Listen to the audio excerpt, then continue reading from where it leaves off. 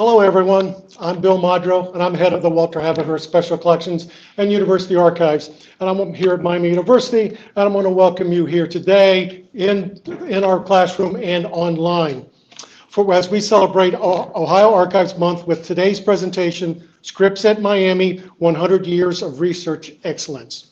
First, I want to thank all those involved, and most importantly, Jackie Johnson, University Archivist, and Sean Van Ness, our communications specialist, and our co-sponsors, the Scripps Gerontology Center and Miami University's Alumni Association. Before I introduce our wonderful speaker, I want to read Miami University's land acknowledgement and the library statement on racism. Miami University is located within the traditional homelands of the Miami and Shawnee people who, along with the other indigenous groups, ceded these lands to the United States in the first Treaty of Greenville in 1795. The Miami people, whose name our university carries, were forcibly removed from these homelands in 1846. In 1972, a relationship between Miami University and the Miami tribe of Oklahoma began and evolved into a reciprocal partnership, including the creation of the Miami Center at Miami University in 2001. The work of the Miami Center serves the Miami tribe community and is dedicated to the revitalization of the Miami language and culture and to restoring that knowledge to the Miami people. Miami University and the Miami tribe are proud of this work and of the more than 140 Miami students who have attended Miami University since 1991 through the Miami Heritage Award program. Now I'd like to read the Miami University Library Statement on Racism. The libraries are a welcoming, inclusive, and safe resource for every person in our community. We believe that Black Lives Matter, racism, violence, discrimination, oppression, and hatred are antithetical to our values, mission, and fundamental humanity. And we will not be tolerated in any libraries, affiliated spaces, or services. We at the libraries must continue to listen, learn, and better understand injustice in the experiences of others in order to truly be a welcoming and inclusive resource for all. And we are dedicated to doing the work necessary to be better allies of and advocates for victims of justice. Now, it's my honor to introduce our speaker. Dr. Suzanne Kunkel recently retired from her position as Executive Director of the Miami University Scripps Gerontology Center and is a university's distinguished professor of gerontology. Her teaching and research have focused on the demography of aging, the links between community-based programs and the social needs, and risks related to the social determinants of health.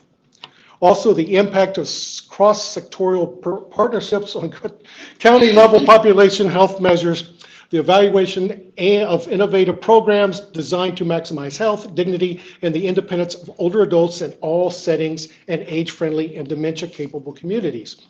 She's been the principal investigator or co-principal investigator on external fundings totaling more than $11 million.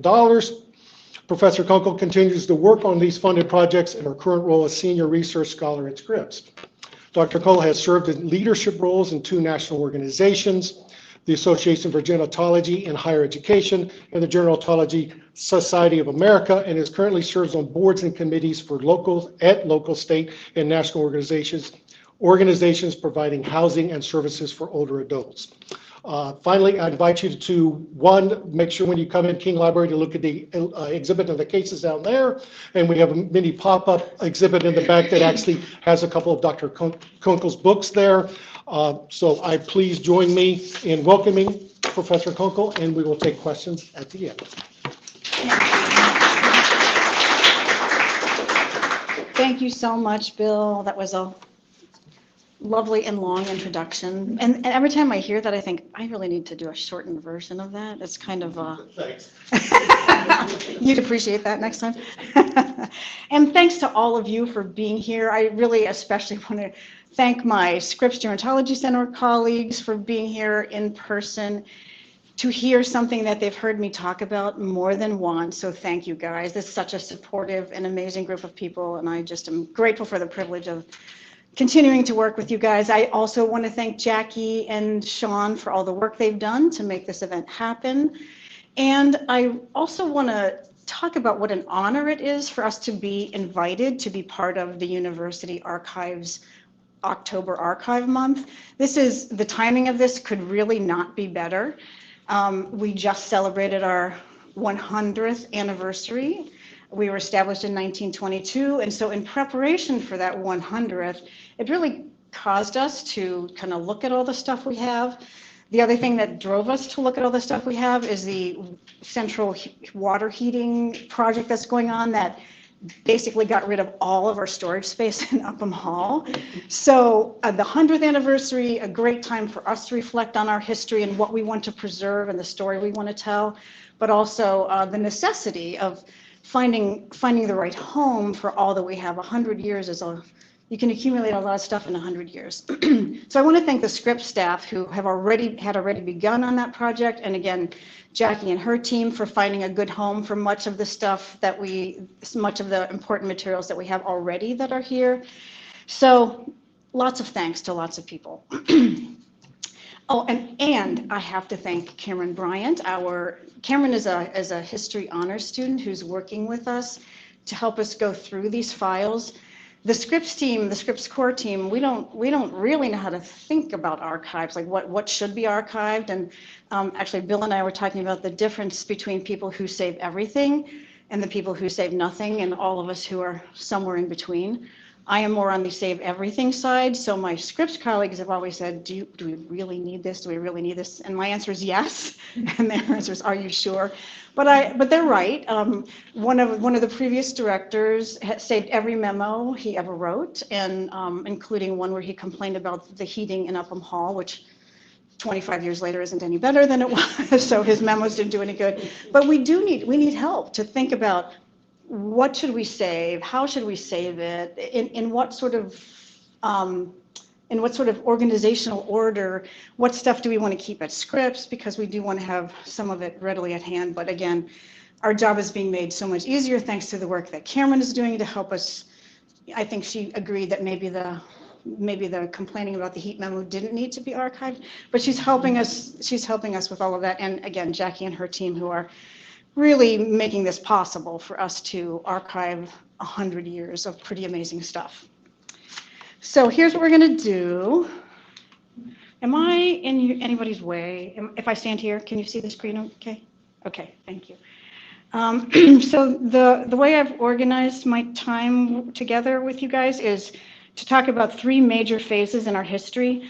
I totally made these up, so my colleagues, we can have a discussion about whether these are the right 3 phases, but it made sense to me to talk about our early phases.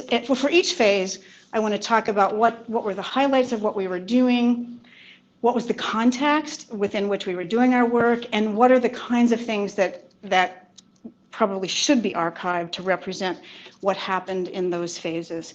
And then I do look forward to questions, comments, discussion at the end of our time together.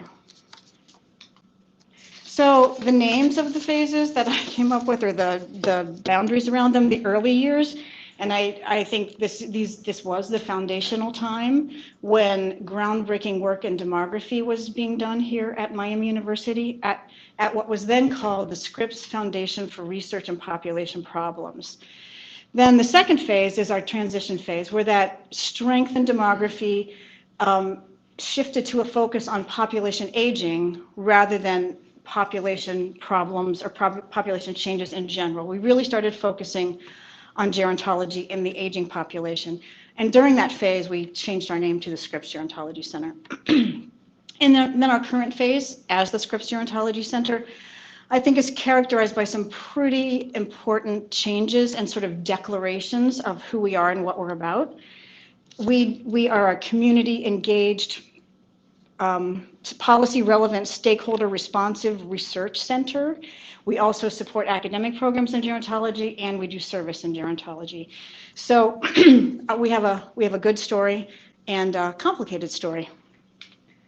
So it all started with E.W. Scripps, Edward Willis Scripps. This portrait actually hangs in the hallway outside our library at the Scripps Gerontology Center. You can just look at this photo or this painting and kind of think you're looking at interesting, perhaps somewhat eccentric guy, which he was. He was also brilliant and ambitious. E.W. Scripps started in 1878 something called the Penny Press. And his goal, his mission, was to make sure that news and information could be available to everybody, not just people who could afford to get it some other way. So this idea of the penny press was that everyone has the right to information and to be informed and to make informed decisions. He was very committed to news that was apolitical. What a concept. So from those penny newspapers, he also started and acquired newspapers around the country, and then he got involved in radio and television. And it is now the Scripps Howard multimedia company that was founded by E.W. Scripps. It is that E.W. Scripps who started things here at Miami University. In 1923, the Scripps organization came up with a logo and a motto that, again, I think sort of reinforces our approach to the work we do. It is it's a lighthouse sending off beams of light with the motto, "Give light and people will find their own way," which that is what we do today. We provide information so that good decisions can be made. So E.W. Scripps was an ambitious and adventurous world traveler. He was interested in really big problems, really big questions. And in 1918, he was on his yacht called the Ohio, because he had a home in Ohio. And he was traveling in the China Sea, and he read a dissertation by Warren Thompson that predicted a population explosion. This was a 1918 dissertation that he read predicting, it was pretty much a doom and gloom scenario for the future of the planet that not all demographers agreed with it then, but we certainly don't agree with it now. But E.W. Scripps was completely captivated by this idea that there was a coming population growth that would be so fast that we couldn't sustain the population. And it's based on a sort of old school philosophy presented by Thomas Malthus, for the one demographer in the room, or maybe other demography interested people. But it was this idea that population has the potential to grow exponentially, but our ability to provide subsistence for that population only grows arithmetically. So you have a gap between the number of people and the number of people the planet needs to sustain. Well, that has been proven to be wrong. What they did not account for was the ability of human beings to come up with innovative ways to increase productivity and be able to sustain more people. But it started the Scripps Foundation for Research and Population Problems. So E.W. Scripps wrote to Warren Thompson to say in January of 1922, and they'd been in conversation. So E.W. had contacted Thompson to say that I want to know more about this, tell me more. Well, in January of 1922, he wrote to Warren Thompson to say he intended to set up, he talked about a small college called Miami University in the county of his Ohio residence, Butler County, and he intended to give money to Miami to establish a center to study population problems. He wrote to Thompson before he wrote to the university president about his intentions, because he wanted Warren Thompson to come here and do that work. And all of that happened. He after Thompson in January got the letter, then President Hughes got a letter in 1922 with E.W. Scripps expressing his intentions.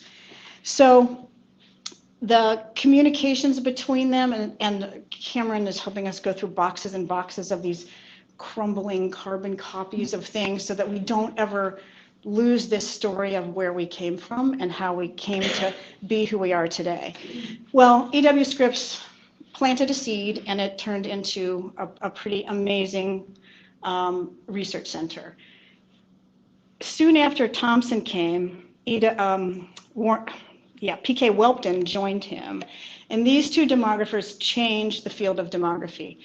And again, the demographer in the room can confirm this as well, in many ways. But two of the main things that they did One was that they developed the method of population projection that actually called the cohort component method of population projection. So you look at all the things that can affect the size of a population, the characteristics of a population, fertility, mortality, and migration, that you have to really look at each one of these things separately and then do the projections based on changes in each of those three major ways that populations change. That method is still used by the U.S. Bureau of the Census today.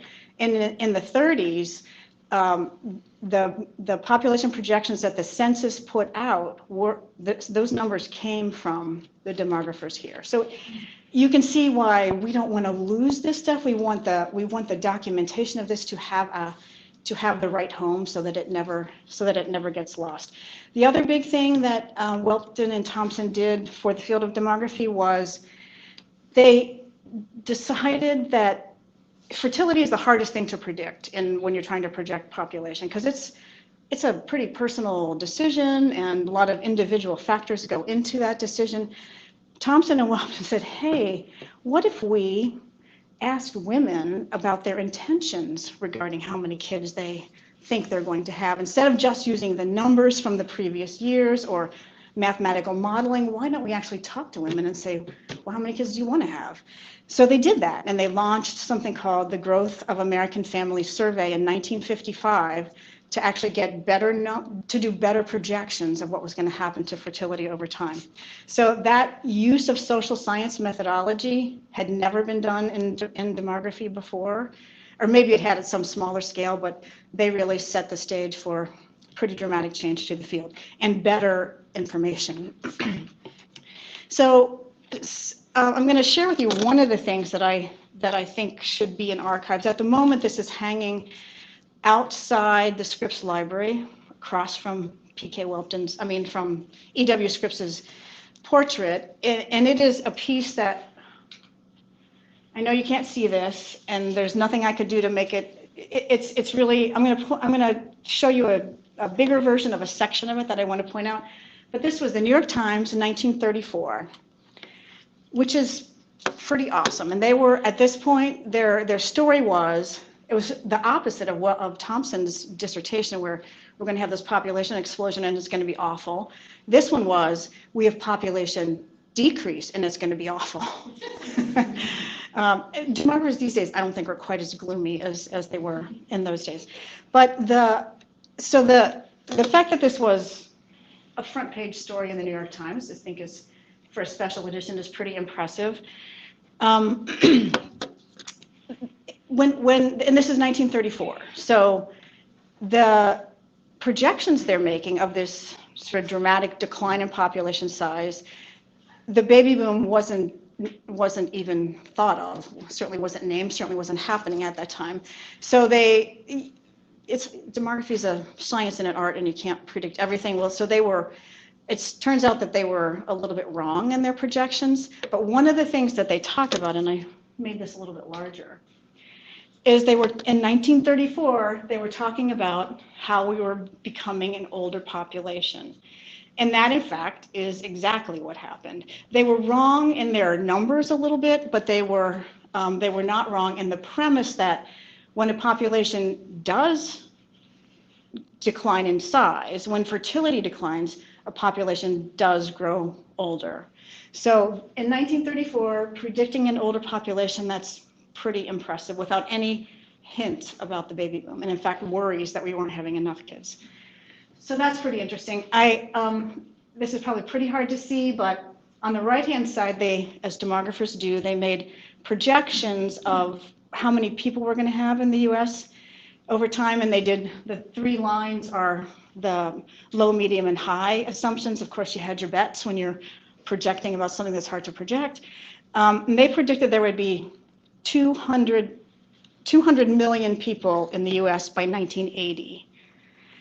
So, and again, that was the high assumption. That was assuming the highest level of fertility. So that's not the one they believed was going to happen.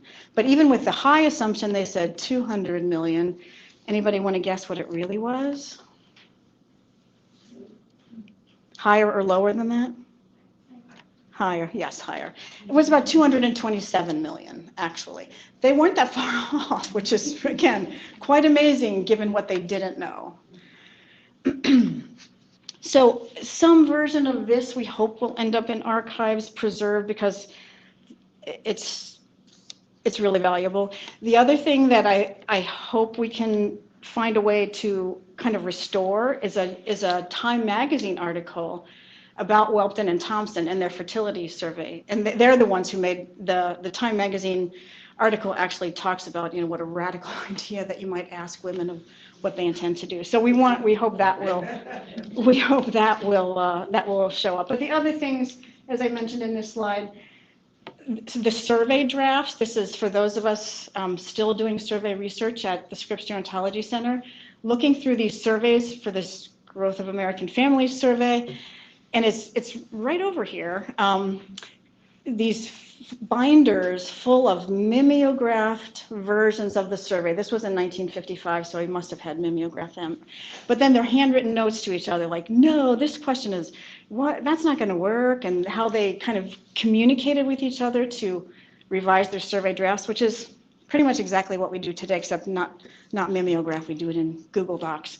But it's the same process, and so that I think also, I'm glad it has a happy home, and as several of us were talking about early on, somebody's got to use this. We never want this story to be lost, and we want this story to surface as much as it can. Uh-oh. Well, that's, I assume this is the next slide, the transition years. Oh no, I had a picture of, it's not showing up, but a picture of some of the Welton Thompson books on demography. Use your imagination. So the transition years. In 1964, we got a new director, Fred Cottrell, affectionately known as Doc Cottrell. And Bob Atchley joined the team at that point, and any of you who've taken a gerontology class know, or those of you who are grad students in gerontology certainly know Bob Atchley's name, and Millie Seltzer, who was just a force to be reckoned with in terms of gerontology education. Millie was probably the most prominent national figure in gerontology education for many years. So this was a time when there's a new team of people. Bob actually was trained in demography, and Doc Cottrell had some training in demography also. So we kept that foundation, but we evolved now to spend more time talking about, or more of our focus on the aging population.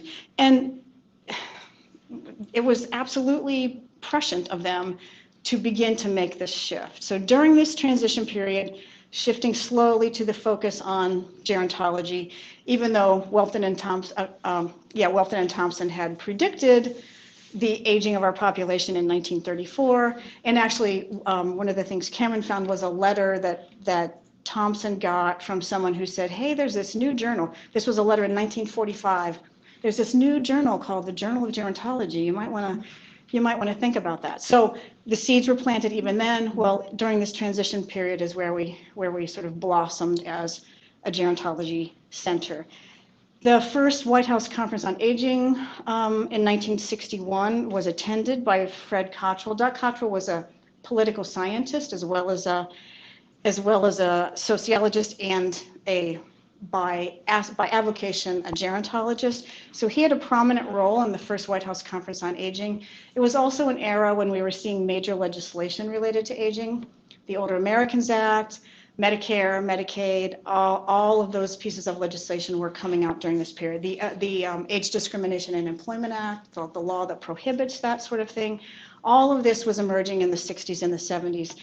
And again, thanks to the wisdom and foresight of Doc and Bob and Millie, they formalized that focus.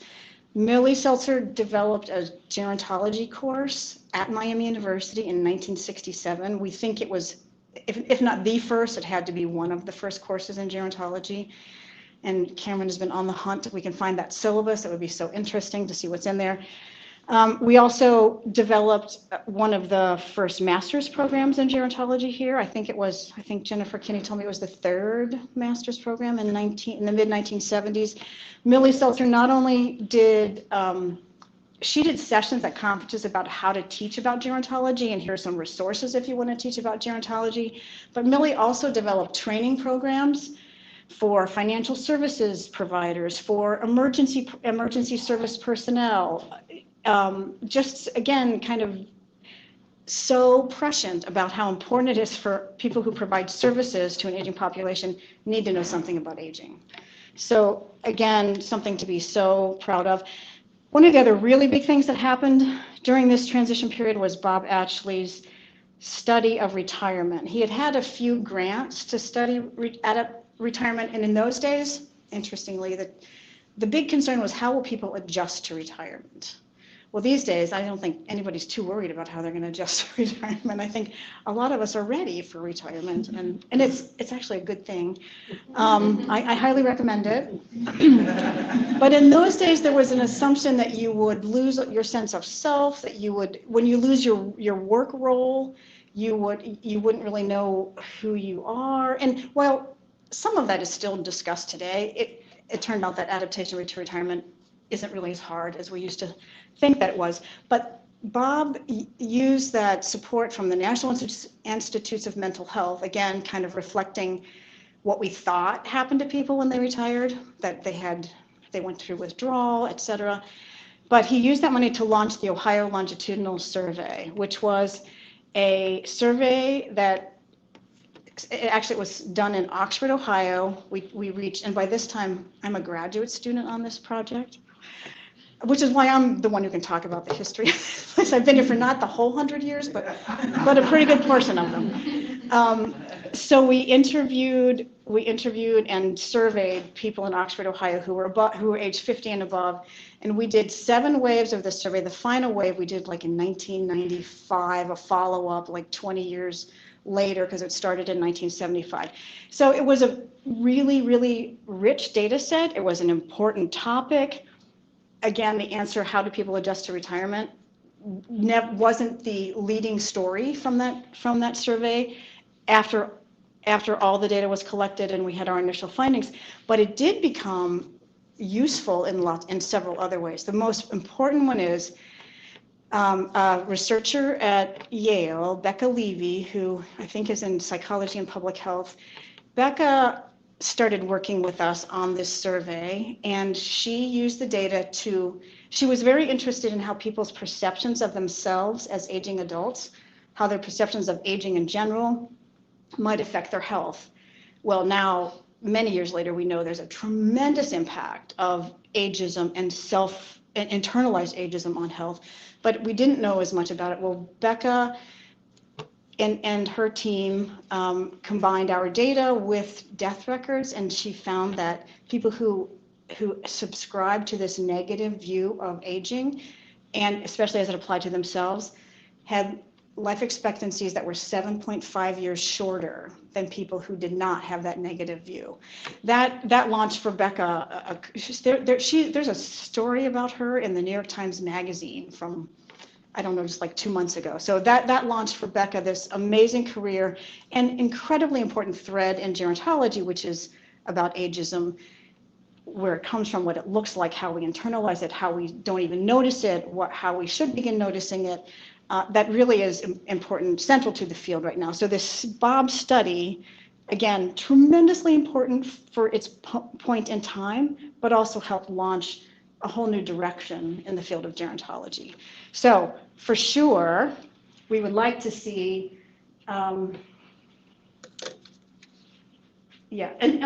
then we changed our name, by the way. In 1972, given all the changes that were taking place, given our desire to claim this space of gerontology as where our expertise lies and where the most important issues are, the team changed their name.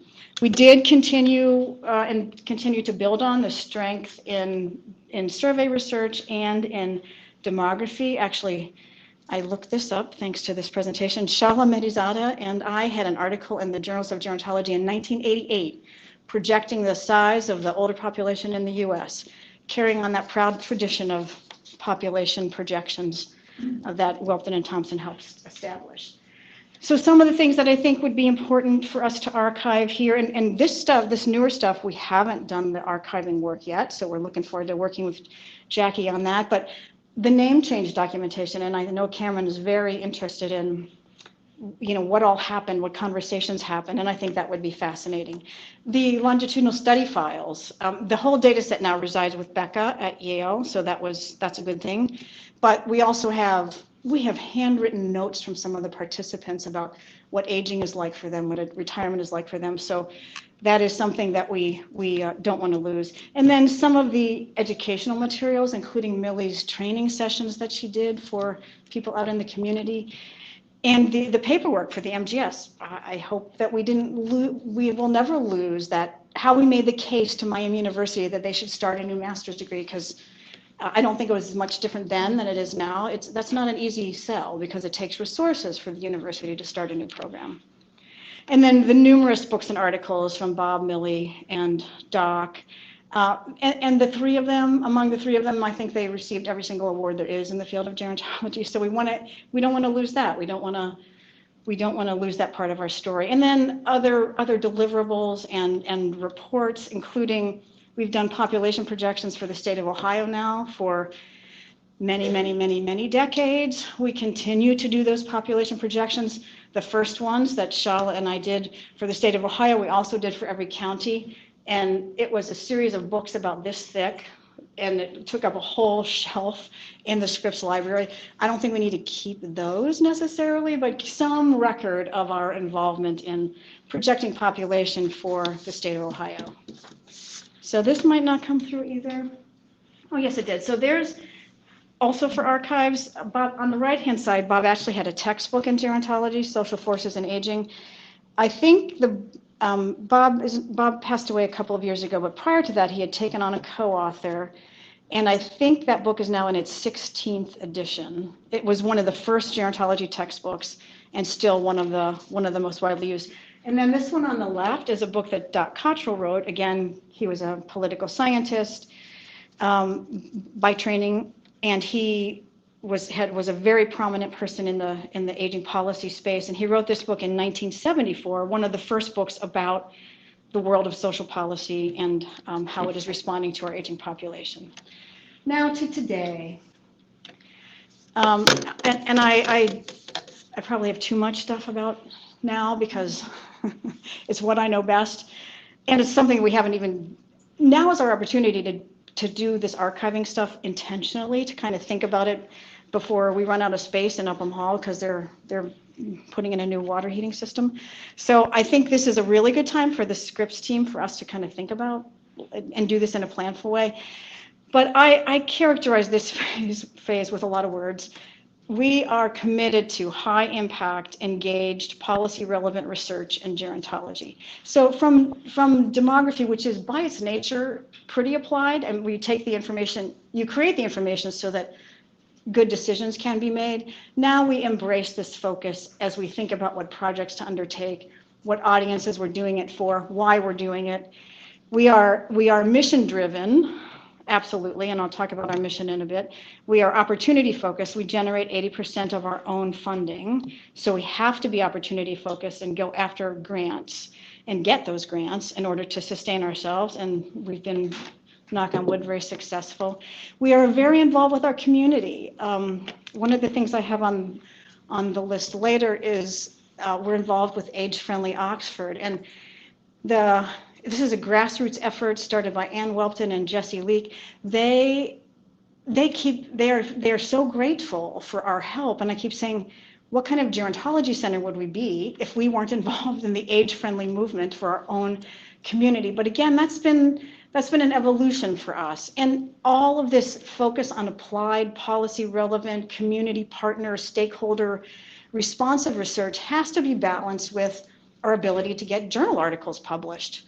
So that is, and I see some of my Scripps colleagues who are right at the heart of it, doing this incredible, meaningful work that people out in aging services and older people and their families themselves are so appreciative of, and we have to find a way to make sure it shows up in the scholarly literature as well. So it's a it's a balancing act that we always do, but this stance of our doing work that makes a difference is our mission.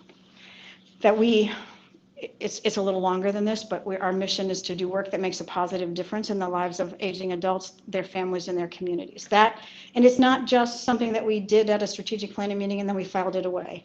It is in our library. We talk about it at every public session about our organization, that is what drives us. When we decide this grant versus that grant, is this going to make a difference? Can we see our path to doing this work and making a difference with this work? And I do want to mention that this mission is based in a shared commitment among every single person who is affiliated with the Scripps Gerontology Center, that people of all ages have a right to a life of dignity and respect, regardless of physical or cognitive abilities. Everything we do, our mission is driven by that principle. And so I think we need a special archive box for the statement of our mission and our values, which we do talk about intentionally, and we have that help us make our decisions. So I'm going to go a little bit more quickly through this. Our mission, that is the heart of our mission, and then we talk about how we fulfill that mission with 3 major sets of activities: research, education, and service. We do support the academic programs in gerontology at Miami. Those programs are offered through the Department of Sociology and Gerontology. I need to say that because the chair of the department is sitting back there. But it's a true collaboration. People don't get their degrees from the Scripps Gerontology Center, but it kind of feels like they do. They get their degree from the department, but there's such a tight connection that it's inseparable. We launched our doctoral program in gerontology in 2007. One of the big changes, thanks to this commitment to work that makes a difference in policy relevant research, is our presence at the state. We invest time, energy, and significant skill in being involved with the state legislature about aging related issues.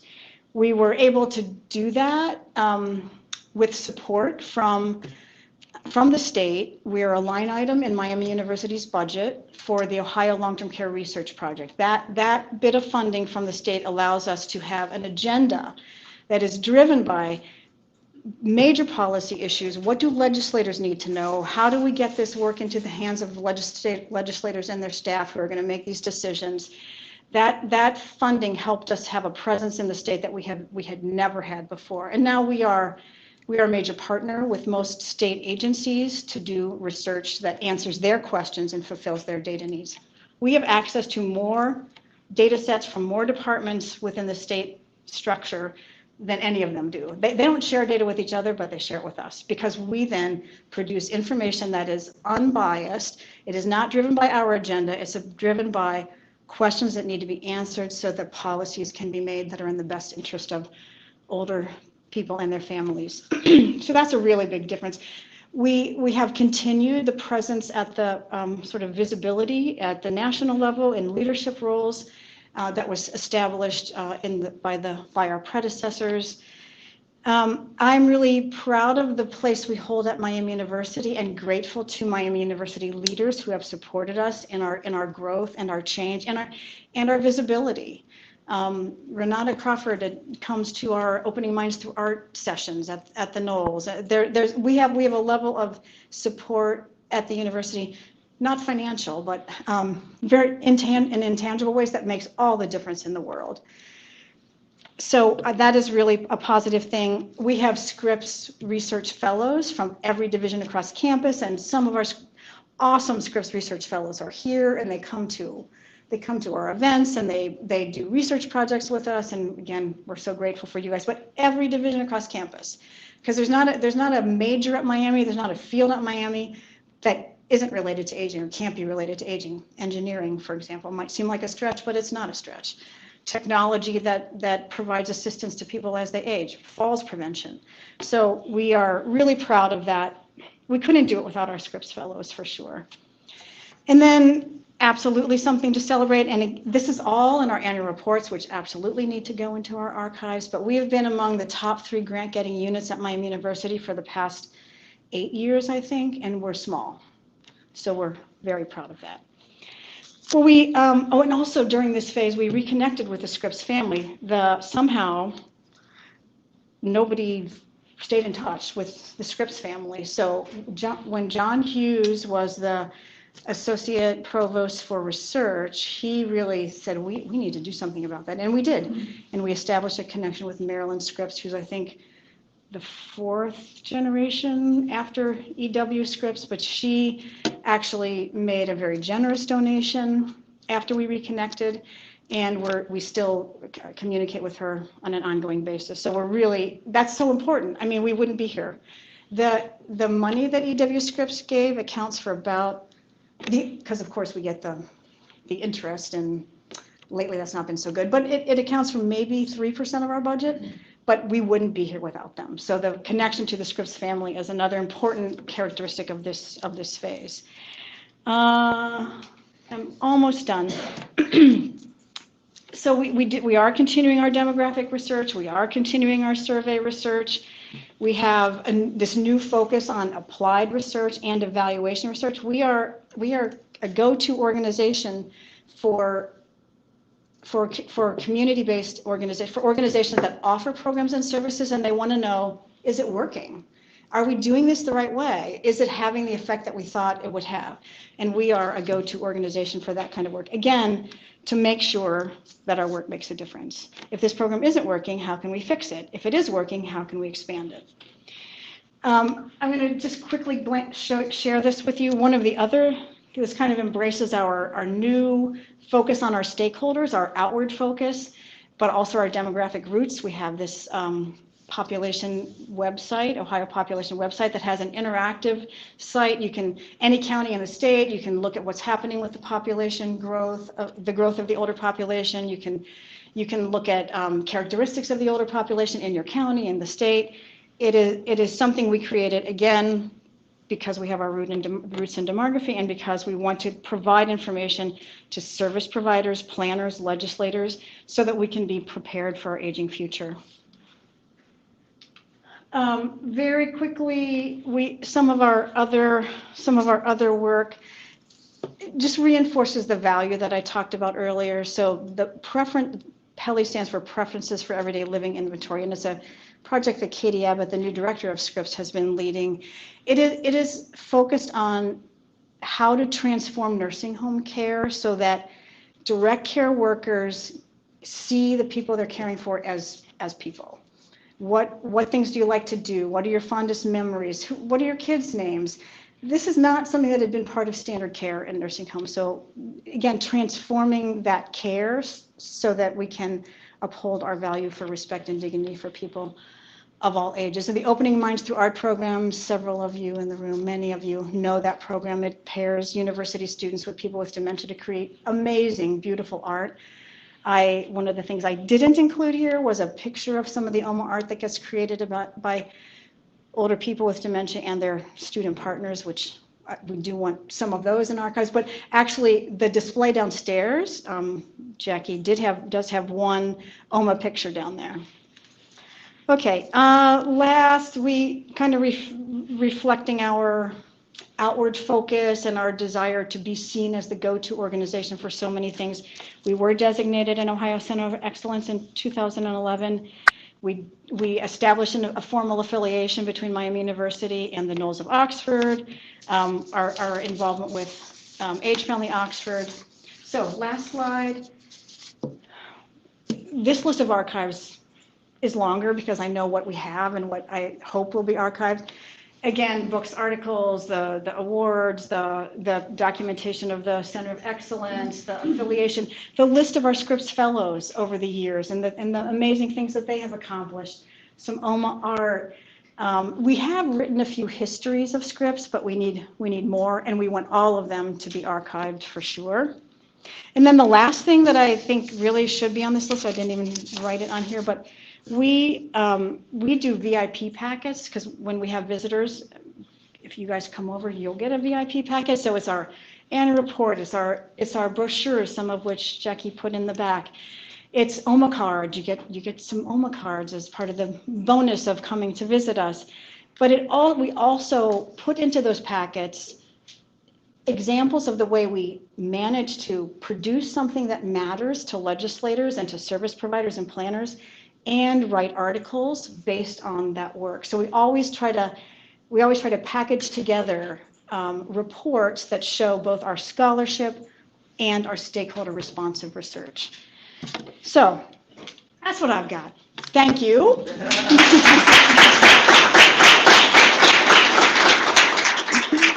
And now I love questions, discussion. My colleagues, again, who've heard this for the 15th time, and I forgot something, please add it, or questions.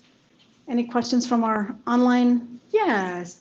Dean Connolly, thank you. Just thank you again, Suzanne, for coming. As always, we appreciate the partnership between the libraries and the Scripps Gerontology Center. But two things. One is, when you talk about dignity and respect, and you talk about the formal relationship that you have with the nose, is there any correlation between the quality of life that a person has in a facility such as the nose versus something that may not be as rich with resources or services in other kinds of facilities? And second, as you go through your studies with folks, do you ever do any oral histories with individuals that perhaps we could bring into our archives and our repositories that perhaps captures the essence of Yes, two great questions. And as a matter of fact, Jerome, we do have, and this was not on my list or on my radar screen, we did do and I say we, it wasn't me, but it was actually a Scripps research fellow, and Lisa Groger did oral histories with African American women in the state of Ohio. Beautiful. We will share that. Absolutely, that should be archived. And we have a whole lot of really skilled qualitative researchers at Scripps right now. So I don't know if we don't technically do oral history, but we do a lot of qualitative research. And I think those stories get embedded in some of the reports that I've talked about, where what makes them compelling is that you can hear people's voices in them. So that would be an interesting way to organize that archive box, sort of the people telling their story in their own words. The question about nursing home quality of care and particular outcomes for people in nursing homes, I don't know anything specific to how partnerships with universities or these services being brought in are quantifiably related to outcomes. That doesn't mean there isn't any. It's just not my particular area of expertise. Anybody, any nursing home researchers in here want to say anything? Jennifer, you have any insights into that? Not particularly that, no. But the quality of care in nursing homes is a huge societal issue, absolutely. And people, actually, John Bobolis and Bob Applebaum have a lot of research on quality of care, but they use existing data. I think what you're suggesting, Jerome, which I think is a great idea, is let's look at a place that has brought these programs in, where there are, the thing about the OMA program, the genuine connection between students and their elders. Sean has seen the OMA program in action. I think you have my brain picture. Yes, and genuine connections, when the person with dementia may not even have hardly any verbal skills left, but it is a in the moment together creating something beautiful, and there is a genuine connection. So I think a study designed to test the effects of the existence of these programs on quality and outcomes is a great idea. The state of Ohio is totally committed to bringing in these quality improvement projects. So one of the ways we've been able to continue OMA, and that Katie's been able to continue her Preferences for Everyday Living project, is because the state of Ohio is investing money in those programs being offered in Ohio nursing homes. So there's enough evidence that the state's willing to shift some money there. So that must mean they really do work. But yeah, great question. We do need more research on that. Other questions, comments? Oh, yes. Hello, Nancy. Thank you very much. I mean, I learned a lot. Before coming on this program, one interesting thing was that I went on Google to learn about Scripps, and I was slightly confused on the role of Scripps and the departments. But as the day goes by and with your presentation, I get a lot of clarity.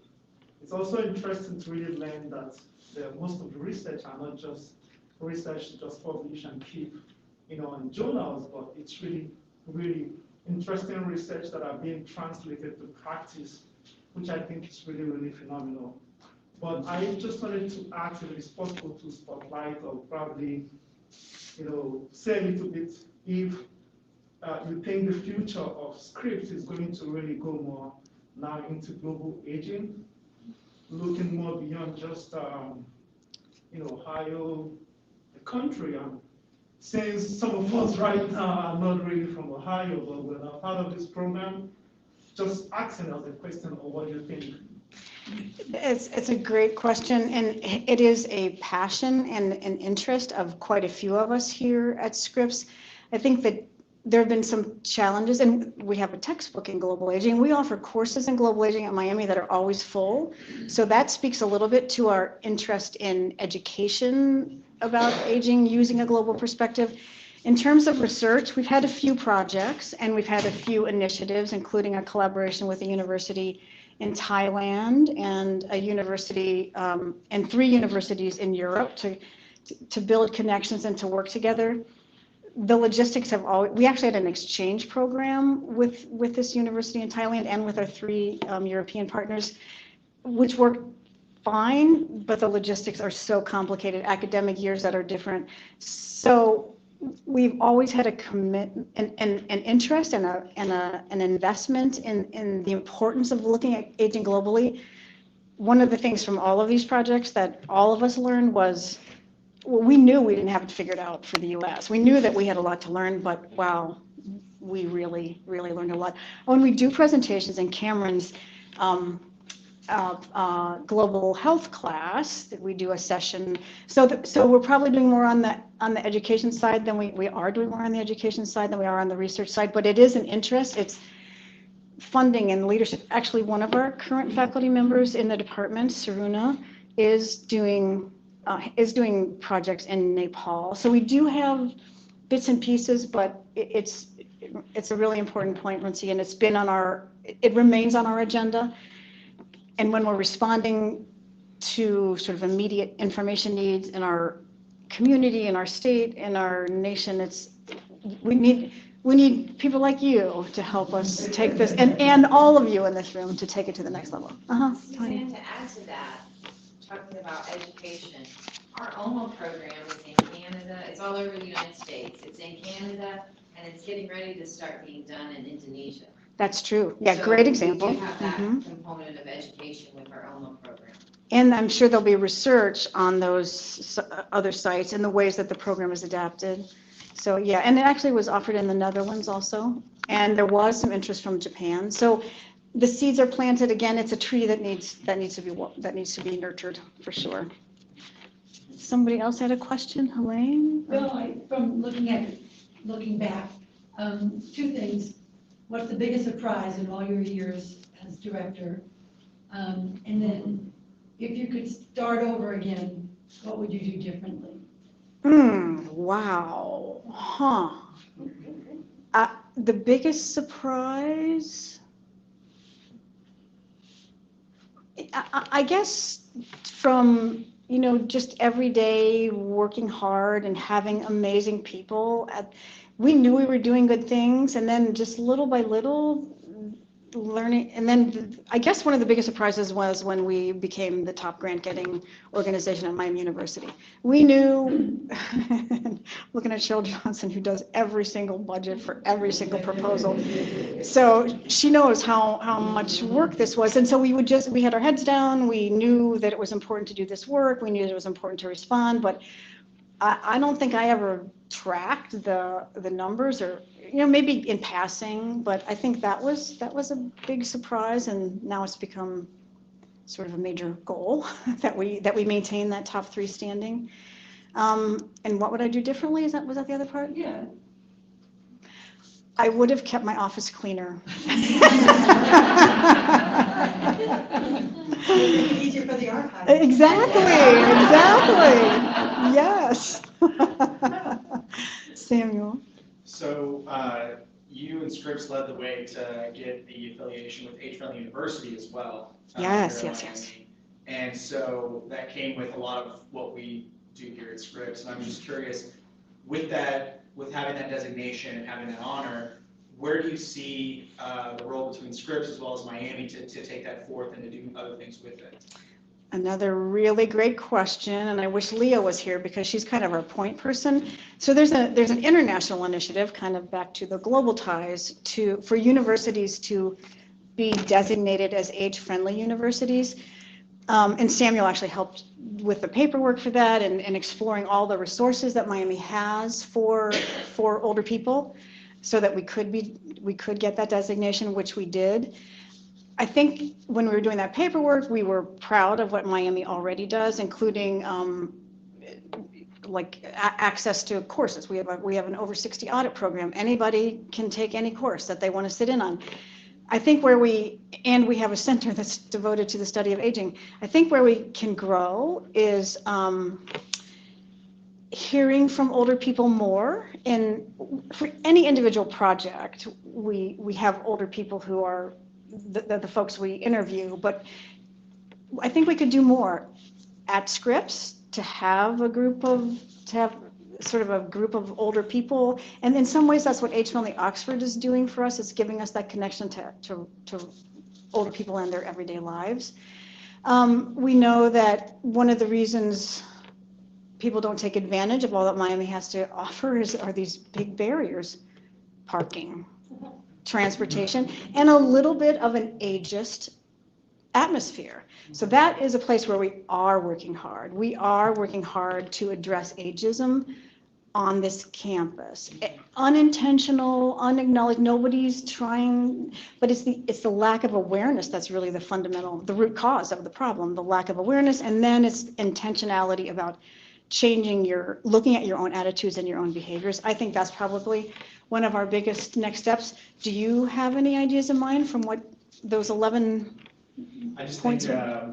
more of us, I think, being involved in like the DEI initiatives and explaining how age is an identity, and it's a part of the intersectionality of what we support and what we thrive for, because you mentioned it earlier that every subject and every degree here on campus can be related to aging, and I think that a lot of those things are often amplified and made way more complex when we talk about as people get older and different identities. I totally Putting that agree. at a forefront would be a big piece. Absolutely. Ageism is an ism. And I want to give credit where credit is due to Christina Alcalde for including an ageism segment in the training that she developed, she and her office developed. And that was Katie Medeiros at Scripps in the department played a major role in that. But it is a deep commitment that we have. And that was in our proposal also, that we need to. And one last thing I will say, Greg Crawford heard me do a little presentation about this and how the word elderly is really like it's an ageist word. Like, what does it mean? When do you become elderly? Who are the elderly? It doesn't mean anything, and it conjures up, pictures of frailty and inability to do things. And he said, I never heard that, I never knew that, and I will stop using that word. And I think that kind of change will make a difference. Mm-hmm. Samuel's question and comment made me think about also Scripps' connection to ILR. Yeah, And absolutely. So something also that could be documented and. Very important, the ILR piece. And Abby used to represent Scripps on the ILR board, and we have always had a presence there, but absolutely, and what a successful organization that is. But that is important. I will write that down. Thank you, Abby. Mm-hmm. Scott. 100 years ago, population projections, population aging, 50 years ago, with the Gerontology Center, and much more focus on aging and demography of gerontology itself. Well presented forward at now with the context. 50 years from now, we're sitting in a meeting. Where has Scripps been in that next 50 years? In your idea, would you take a little population projection yourself with some Scripps projection? What might we be trying to archive in the next 50 years? Do you think? Where are we going? Well, that's a very good question also. well, I won't be there at that meeting 50 years from now. If I have to imagine what's there, I think, I do hope it is some of this ageism work that we're doing. And again, thanks to Kate's leadership, we're working with community organizations. We've presented this, we have an age smart inventory, which is, it's not like take this test and then you'll find out how ageist you are. It's questions that make you think, well, how do I really feel about this? It's generated tremendous conversation. I hope the age smart inventory is something that is part of our archives. I hope testimonies from the organizations that we work with the age smart inventory will be part of that. I hope we will continue to have testimony that we do in front of state and federal legislators about the older population.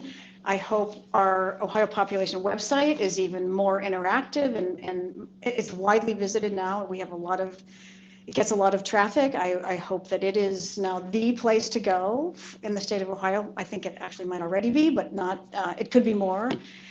And that's probably not 50 years worth of stuff, but it's directions that I think we will be going. I do think the translational research, so like Katie's project, this preference-based care, she's now very invested in, she's getting grant funding to take something that works and actually does relate back to Jerome's question about does this improve quality, and that she has done studies within these nursing homes where this preference-based care is being used and the outcomes are better.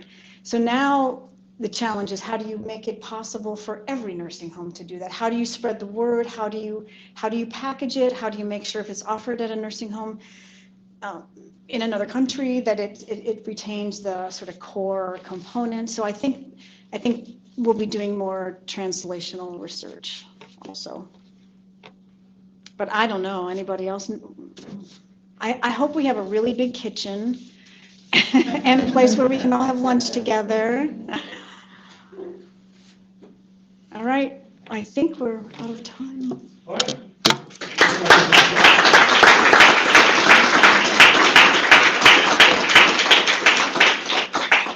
And my thanks to all of you. Thank you so much for being here, my people. And thank you guys for letting us be part of this event.